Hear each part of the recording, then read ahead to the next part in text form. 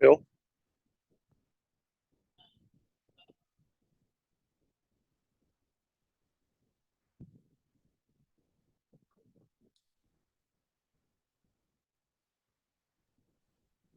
Give me one more second here, Ed.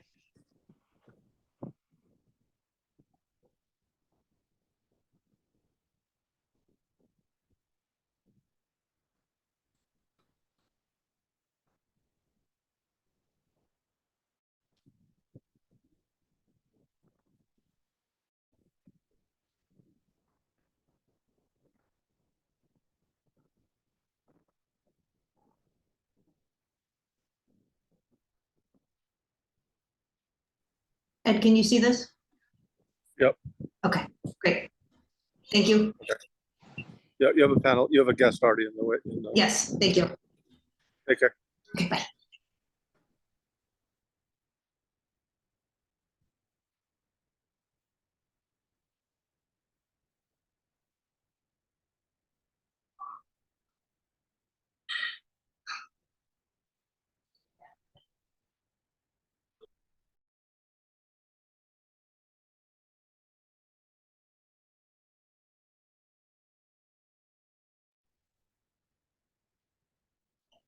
For anyone who's on, we'll get started at 1. We're just doing a test run here. Thanks.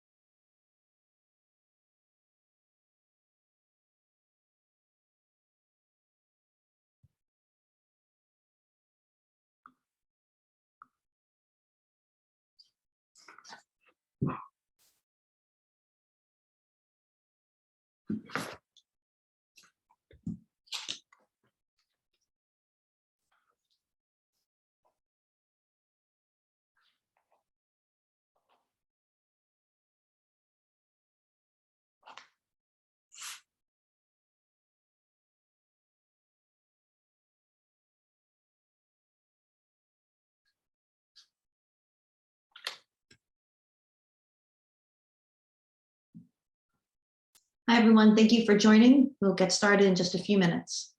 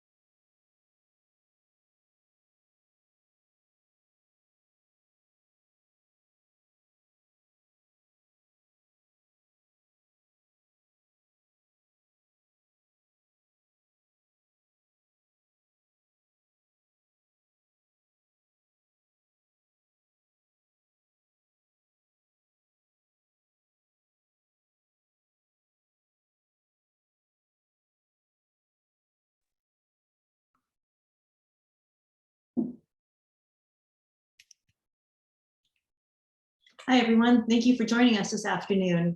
Appreciate everyone coming out on a Friday and on such short notice. It's just 1 o'clock. I'm going to give it a couple more minutes and then we will get started. So stay tuned.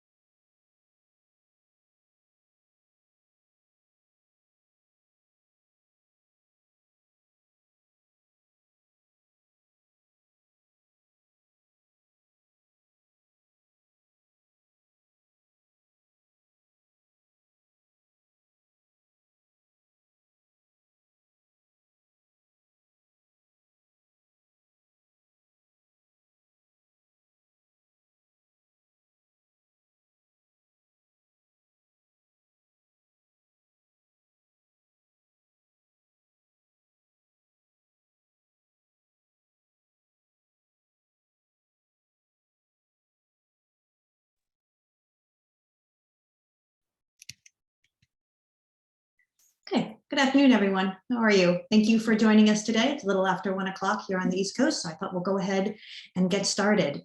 There's a lot to talk about today, and we're very fortunate to have Sara Yood from the Jewelers Vigilance Committee join us today as well to talk about her experiences working with the FTC on their jewelry guides. But first, let's get started with what are the green guides.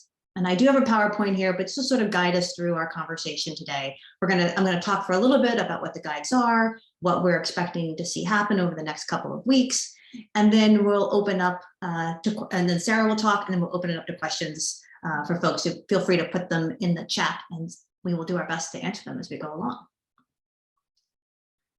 So 2022 has been a big year for fashion in the public policy space, both in Washington and in New York.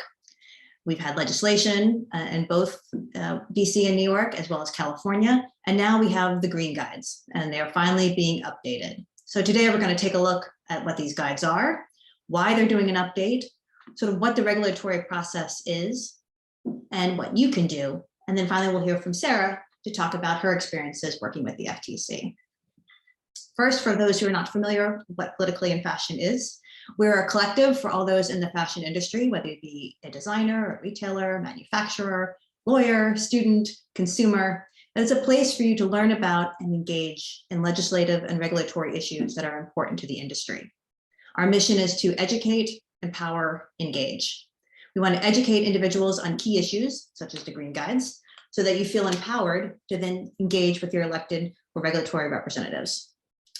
During this green guide process, Politically in Fashion is going to serve as a conduit for information. So holding events like this so that you can learn about what's happening here in Washington, and also will be a connector, a place where you can come together and meet other like-minded folks who are interested in these guides, and we look for some commonalities in how you can proceed. So what are the green guides? I think most people on this call are familiar with them, but just to review, the guides were promulgated by the FTC, which is the Federal Trade Commission. They were originally published in 1992, and they've been updated several times since then, but not since 2012, so 10 years ago. And the purposes of the guides are to assist businesses in making lawful environmental marketing claims and to help the public in understanding and appreciating these statements. So basically, if you're going to make a statement about the environmental positives of your product, they have to be truthful. They have to be something that folks can understand. You don't have to be environmentally conscious or aware in your product, but if you're going to say you are, these are the guidelines you have to meet. The guides outline general principles applicable to all environmental marketing, and they provide specific guidance regarding many common environmental benefit claims. And for each claim covered, the guides want you to explain how reasonable consumers are likely to interpret it. So your average consumer, not somebody who's a specific expert in a particular area, but just your average shopper. It also has to describe the basic elements necessary to substantiate it and to present options for qualifications to avoid deception. So what is the FTC? Who are these folks? This is a federal agency that's here in Washington, DC, and they are empowered to protect consumers and competition by preventing anti-competitive, deceptive, and unfair business practices through law enforcement, advocacy, and education, all without hopefully unduly burdening legitimate business activity. There are 4 commissioners and 1 chair, and these folks are appointed by the president and confirmed by the Senate. Currently, there is 1 vacancy on the commission, and it is a mix of Republicans and Democrats, with the party in power holding the majority of seats. So the majority of commissioners right now would be Democrats. So what is federal rulemaking? How is this different from legislation? Basically, when a law is passed, oftentimes there are holes in it. There are details that need to be filled in later. And so this is what the agency does. They step in and fill these holes, fill in the details to fulfill the intent of the legislation. So the rulemaking involves first publishing a notice with the proposed text of the rule. And so we saw that with the FTC, with the green guides that was published about a week ago. And in that, they have to put out their reasons for the proposal. And then they ask the public to submit comments. The results of all of this will become federal law. And the public comments let the FTC hear directly from the people who are affected by the rule, by the proposed regulation. So it's sort of like the way you would weigh in with your elected representative, the way you might call your congressperson to share your views on a bill. This is your way to weigh in with an agency. It's by making comments through this regulatory process. And all comments are read by the agency. So why are they doing this update? Well, like I said, it's been 10 years since it was last updated. And generally they do try to update all regulations about every 10 years. But we really felt that it was time for these regulations to have a fresh look, have some fresh eyes, take a look at them. So in May of 2021, Politically in Fashion led a call to action letter to the FTC. And I see many of the folks on this call work for brands or thought leaders who signed this letter. And basically the letter called on the FTC saying, hey, it's time for this review. We're not presupposing the outcome here, but look how much has changed in terms of technology and consumer interest in this area in these past 10 years. And we need to go through these guides and make sure that really reflects the current environment and people's understanding. So in July of 2021, the FTC announced that they would commence the review in 2022. We were thrilled to see that happen, but then we saw the months of 2022 slipping by. But finally, just under the wire, on December 7th, the FTC announced that they were going to be starting this review process. So on Wednesday, the commission held a vote. It was a procedural vote just to say, yes, we should start this review. And so now here we are. We think it will be in January that they're going to actually publish the notice officially in the Federal Register, unless that has changed as of this morning. And there should be about 60 days from that time that it is officially published, put us sometime maybe in March, for the comments to be due.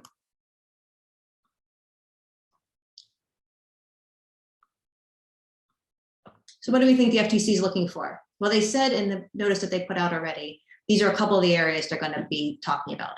Carbon offsets, the term recyclable, recyclable content, compostable, ozone friendly, organic, and what is, I think, a particular note of interest to people on this call, sustainable.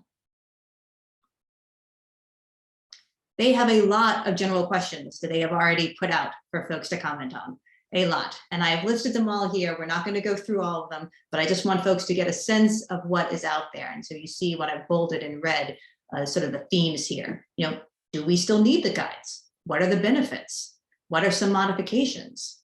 How much does this cost? What's the consumer perception of these claims? How much are consumers interested in these claims?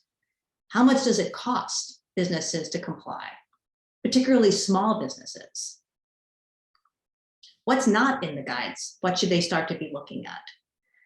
Is there any conflict with laws that are already on the books in various states or localities?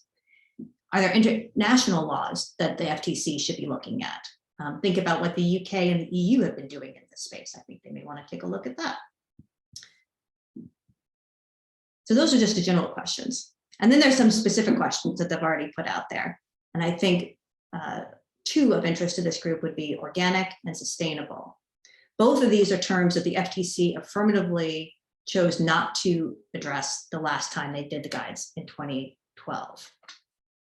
I'll just focus for now for a minute on sustainable. And these are the questions that they have put out for folks to answer.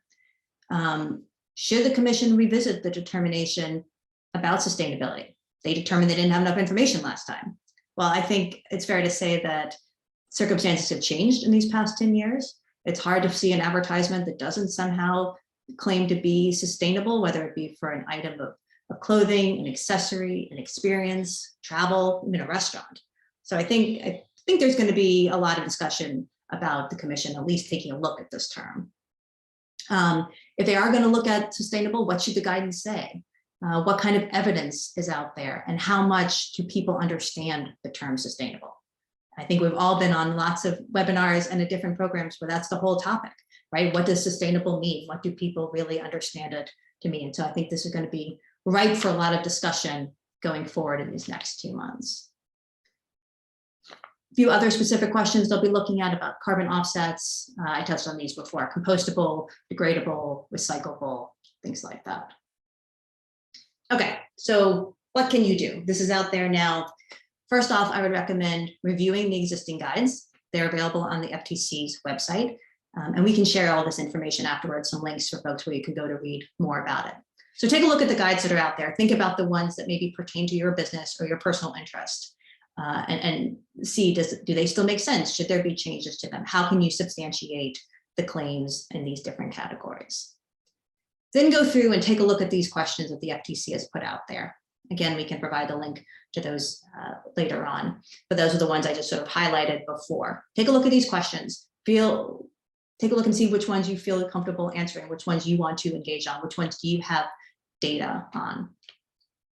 Look for like-minded partners for some coalition building, right? I mean, you're free to write comments on your own, on behalf of yourself as an individual or on behalf of your business.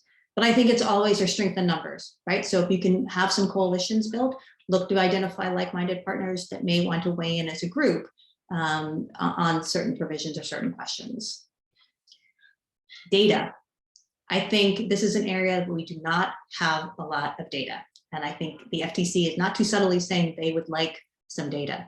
So I think the answers to questions, as much as possible, really substantiate them with facts, scientific facts, facts about consumer behavior, anything you can document that really shows what is happening out there, I think will be extremely important. And then make sure you submit your responses. We're going to talk in a minute about how you can do that. And I would also recommend amplifying your message on social media. This was not a tool that was widely used in 2012, 2010, really, when they began doing these revisions last time. And I think you can really build momentum and find like-minded partners through using social media. Okay, so you have your comments, you've got your allies, you're ready to go, ready to submit them. What's the best way to do that? The FTC recommends doing it through their website, regulations.gov. There's a form on there. It walks you through how to submit your comments. You can also submit by mail. There's an address here, or you could even have a courier, I guess, deliver it to the FTC. But given the COVID restrictions and access to buildings here and with mail delays, they are really recommending people to not use mail or delivery and really try to do it through their website instead. Again, we can share these links later, but here where you can find the 2012 guides. You can take a look at the letter that Politically in Fashion sent to the FTC back in May of 2021. And you can also find the document where the request for comments are currently put out by the FTC. So that's just a very quick, broad overview of what's going on with the regulation and where we stand now. But let's talk about some practical experience working with the FTC. So I'm going to turn it over to my colleague, Sara Yood from the JVC, to talk about what their experiences were like working on the jewelry guides revisions back in 2017. Thank you, Hillary, and thanks so much for having me. As Hillary said, my name is Sara Yood. I am Deputy General Counsel at the Jewelers Vigilance Committee. For those of you on the call who are not familiar with our organization, we are a 105-year-old trade association in the jewelry industry that is focused on legal compliance.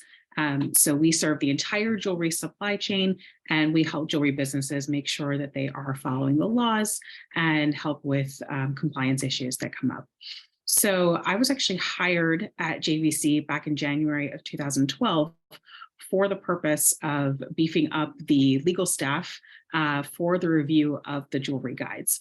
So the jewelry guides are a set of guidelines, much like the green guides that govern how you advertise, but it's very, very specifically focused on jewelry. The FTC has a couple of sets of very specific industry-focused guides in areas where they think consumers might be, particularly unaware of products when they come in to buy it. Quite frankly, lots of people go in to make large jewelry purchases for the first time when they're buying an engagement ring, for example, and they don't have a lot of knowledge or experience purchasing jewelry products. So there's an entire set of guidelines that govern advertising claims in jewelry. The FTC began their review of the jewelry guides in January of 2012. And we went through 3 major rounds of commenting. So that is to say, this first round of questions from the FTC, it will not be their last. This is essentially their opening play to say, hello, we are interested in your information. Please tell us what's going on. So The first set of questions we got for the jewelry guides were actually fairly specific because it's such a specific area, but it was a lot of information gathering. They came back with a second set of questions after we had submitted comments there, and then came back with a set of draft guidelines for comment before publishing the final jewelry guides. Something to note, I did say that we opened that review process in January of 2012. The final guides did not drop until July of 2018. We hope that's an anomaly, and we think it was because of the administration change, quite frankly, in 2016. The commission, it took quite a while until they had a full slate of commissioners, until they could actually vote on things. And so we think the draft guides or the finalized guides were really just sitting there for 2 years waiting for the FTC to come back up to full speed. So the process probably should have taken about 3 years-ish. But because of the administration change, it was fairly difficult to get a finalized set of guides. So when we work to submit comments to the FTC, as Hillary said, anybody can comment. So a member of the public, a business owner, or somebody working for a business, or a group or a coalition. So at JVC, in particular, we work to build coalitions along different products in the jewelry industry or different kinds of businesses, other trade associations in the industry, because when we submit a comment with lots of signers, it shows a position of strength to the FTC, and that there is, a really large coalition behind something. So I would strongly encourage you to work to build coalitions, other businesses or brands that, agree with your position. It's always very, very helpful. In addition, as Hillary said, the FTC is really looking for consumer perception data. So when we, went through the revision of the jewelry guides in 2012, we commissioned a consumer perception study from, at the time it was the Harris poll. I believe they're now owned by Nielsen or someone else. But we did a full 30-question survey. It cost somewhere around $40,000. It gave us a ton of data that we were able to use in order to show the FTC, hey, okay, these issues are actually really confusing consumers. These are not. We at JVC were trying to figure out where in the process of the green guides we might do some consumer perception studies. I think there are also ways to do sort of like less comprehensive polling questions now. There's Google polls and things like that where you can sort of shoot one-off questions. In addition, if you have a customer base that you can poll on these questions, or you can get some data from your customers, I think that would be very, very valuable to the FTC. They really, really, really want to know what consumers think of this terminology. In addition, they have a pretty low threshold for the amount of consumers thinking a way that is convincing to them. It is often surprisingly low. So if you can get some plurality of consumers that agree that recycled means this or something like that, that's very, very helpful to them in their process. So one of the other things that we did as well was we conducted some focus groups when we were trying to dig down on certain issues. In particular, there was a whole issue about dyeing of pearls and whether that needed to be disclosed to the consumer. And in a focus group, which is truly fascinating to watch, we asked a question of consumers, like, how do you think, there's all these different colored pearls on the marketplace. How do you think they got that way? Like, how do you think a blue pearl became to existence? And one person truly said, oh, it's a blue oyster. Those pearls are actually dyed. And so that was a great way for us to prove to the FTC, hey, okay, you really need to make sure that dyeing of pearls is disclosed because consumers really don't know where that comes from. So data like that, information like that is what you should be looking for in order to, beef up your comments to the FTC. They do consider every single comment that is submitted. They will read everything. And in the past, we've seen that sometimes organizations try to get businesses or individuals to sort of just submit like a form or pre-written comment. And so you'll see a lot of duplicate comments posted. I would strongly encourage you to avoid that. Saying something in your own voice is going to be much more effective and meaningful to the commissioners and to the staff attorneys who are reviewing these comments than, like a form comment that is suggested by, a trade association or something like that. And then finally, I just wanted to give you an example of how to think critically about some of the specific questions that they have asked. So, for example, at JVC, we're particularly interested in the term recycled because the jewelry industry treats recycling fairly differently than a lot of other industries. Precious metal is so valuable that every single ounce, every single tiny bit or scrap or anything of precious metal is absolutely going to be reused in the manufacturing process just because of the value of the product itself. So the way our industry looks at recycled might be quite different than other industries. So one of the things we'll be looking for is, other industries that maybe have similar ideas about recycling to ours that we could maybe, combine with and work together to say, okay, this is how we treat recycling. This is important to us. So be creative about the way that you think about that, because you might find alignment with industries that you maybe wouldn't have thought of otherwise. So that's a summary of our experience working with the FTC. I'm happy to take any particular questions, and I'll hand it back over to Hillary. Thank you, Sarah. That was so helpful. The part about the focus groups and the survey I found really interesting. I think that's something our industry needs very much. And I hope that, now that polling has been a little more democratized, that you can do things like Google polls and stuff like that to at least get some sort of data. Because I think a lot of people probably heard that $40,000 mark and were like, okay, I'm out. But then you said these other options as well. There's some way to substantiate what you're talking about. Or like you said, if you already have a client base that you can poll and say, like, these are our 800 clients or whatever. Absolutely. We don't want to spend $40,000 on a survey either.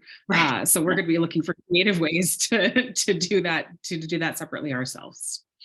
Great. And talking about finding like-minded partners, I was mentioning that before, and in the context of this call, I think most people here are somehow engaged in the fashion or jewelry and accessories industry. But remember, there are folks in all sorts of other industries that are going to be weighing in on the green guides here. It's very broad, and I think it would be wonderful if we could find some allies outside of our industry, so FTC can really see commonalities across industries where there are.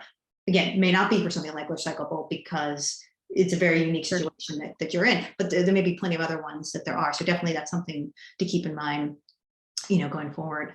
I see we have one question here in the Q&A, and please, folks, feel free to keep posting questions in here, and we'll work on going through these. The first one is, are the green guides broken down by product category? For example, accessories consist of knitted scarves, hats, clothes. No, they are not. They're not broken down. Just the same questions for anyone who's going to be answering this. In terms of coalition building and like-minded partners, is there a way participants on this call can coalesce to the extent there is commonality?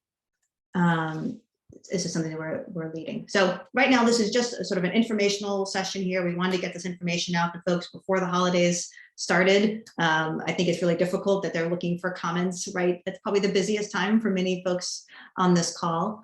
So I think what Politically and Fashion will be doing is we're going to be trying to convene these types of calls and groups going forward and connecting people. And let's see where the comments take us and as the process unfolds. So stay tuned for more information on how we'll be doing that going forward. Okay, we have a question from Michelle. On regulation.gov, it's not clear how to provide comment. So I'll just jump in here and say, Michelle, they haven't actually published the Federal Register notice that technically starts the review. And they've said they're not going to be doing that until mid-January, which, like, thank God, because nobody wanted to be doing this over Christmas. Once that's published, which is supposedly mid-January, you will then be able to actually submit the comments using regulation.gov. Okay, thank you for clarifying that, Sarah. You know, when these comments were open 10 plus years ago, there were only, what I saw, 2 comments from this industry, and those were from the American Apparel and Footwear Association, and I believe the NRF, National Retail Federation, were the other 2. And that's great. They do a fantastic job on behalf of their clients. But there's a whole segment that was not represented in those comments because they're not in those trade associations. So I really hope that folks will use this opportunity this time around to speak up, like Sarah said, either individually or to find hopefully like-minded folks that you can band together with to do comments.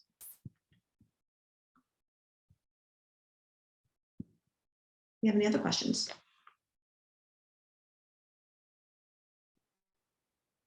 No? Well, I don't want to hold people for longer than this. Like I said, we just wanted to make this an introductory call, let folks know that this is happening, something to think about during the holidays.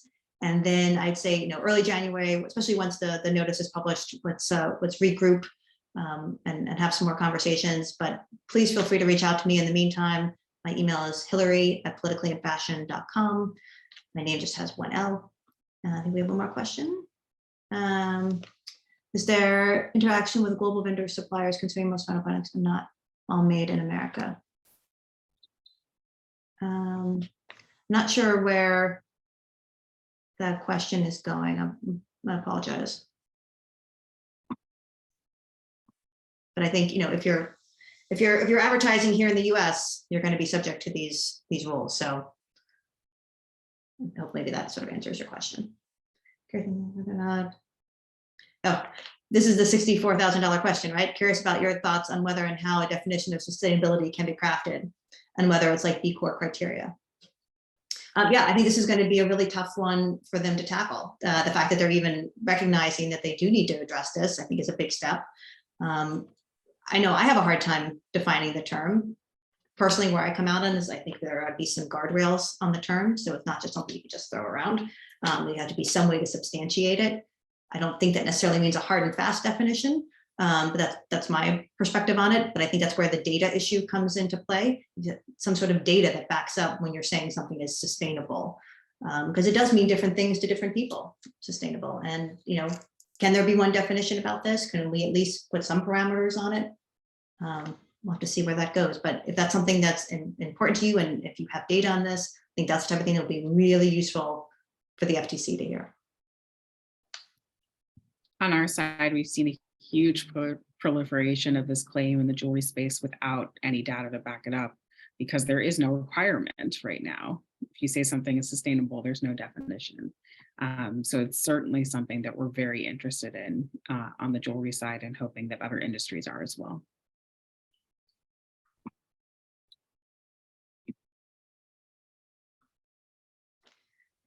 Okay, we have a hand raised here too.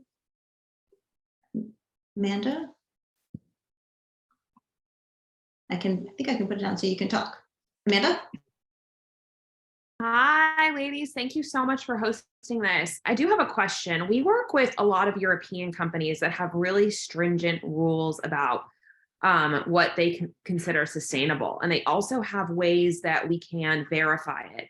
Is there any way that you can list any of those things? Because I definitely don't have any of these resources or know if we can use those claims for our European distributors.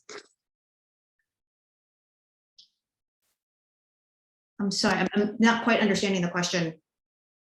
So the rules on sustainability in Europe have already been established.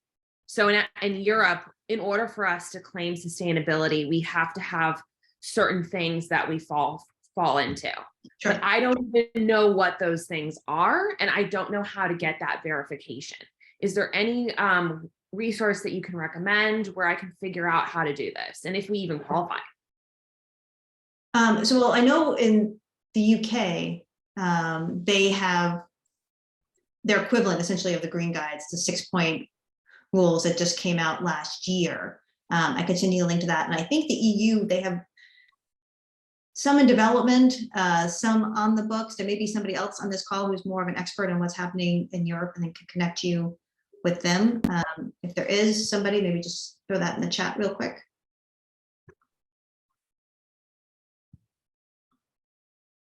Does that sort of get to your question, Amanda? I'm sorry, I don't really have a good answer, but I'm trying to point you in the right direction anyway. Thank you so much. Yes, that does. It's called the green guides. You said the 6-point green guides is what I should look for. Well, in the UK, there's just greens. I have to look it up again here. I'll send you an email with it. I'm forgetting the ASA is the group that puts it out in the UK. And then it's 6 points.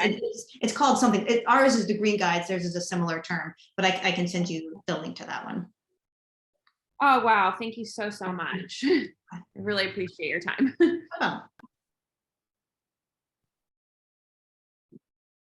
Hillary, there is a question about whether the green guides are going to be legally enforceable, or are businesses not going to be held to these definitions? Excellent question.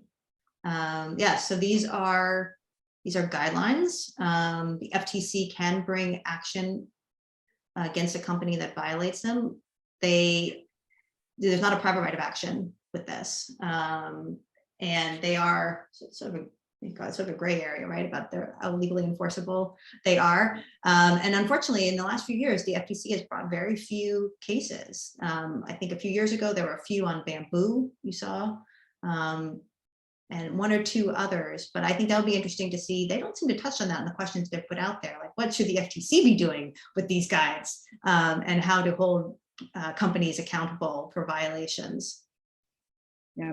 We saw some enforcement in April 2019. They sent some letters to jewelry companies selling laboratory grown diamonds and simulated diamonds, basically saying, hey, you're using all the wrong diamond terminology. And also your claims are probably violating the green guides and you should adjust them. So that was the last green guides related enforcement that we saw in jewelry specifically. Yeah.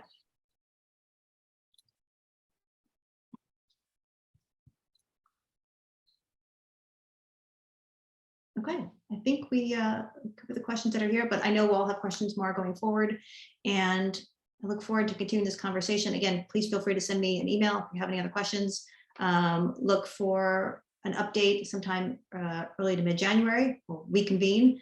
And Sarah, thank you so much for bringing your perspective and your experiences to this conversation. It added so much. We really appreciate it. Thank you for having me, and I'm happy to connect with anybody on this call who's interested in what JVC is doing on this. My email is Sara, S-A-R-A, @jvclegal.org. Great. Thank you, everyone. Have a good holiday.